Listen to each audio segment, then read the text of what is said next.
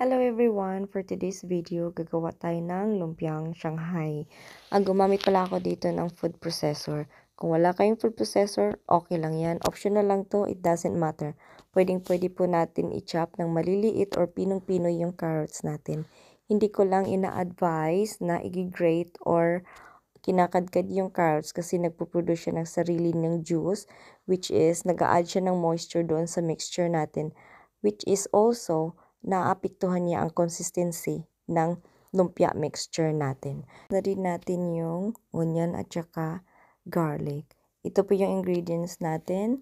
Kalahating kilo or 500 grams minced pork, 2 cups minced carrots, 1 large onion minced, 3 big garlic cloves minced, 2½ tablespoon white sugar, 1 tablespoon salt, 1 tablespoon ground black pepper, 1 tablespoon flavor enhancer.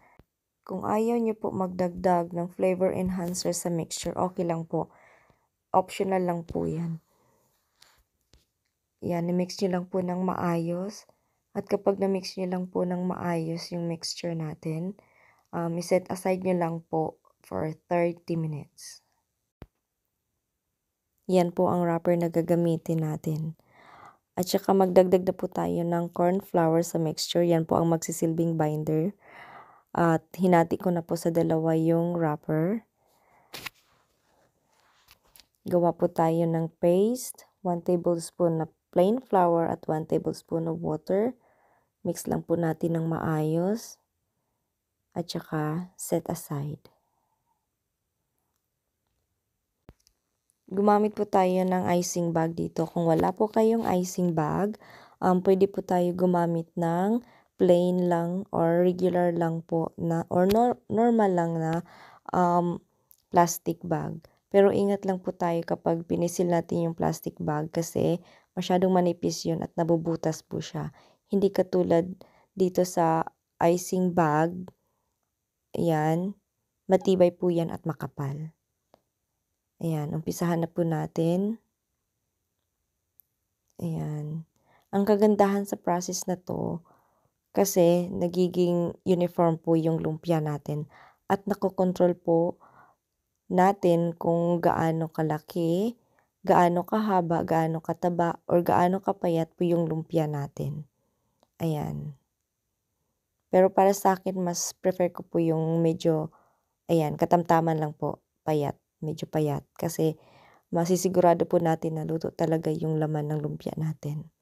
Ayan, kung nasa Pilipinas kayo, advice ko po na gumamit kayo ng yung malaking lumpia wrapper.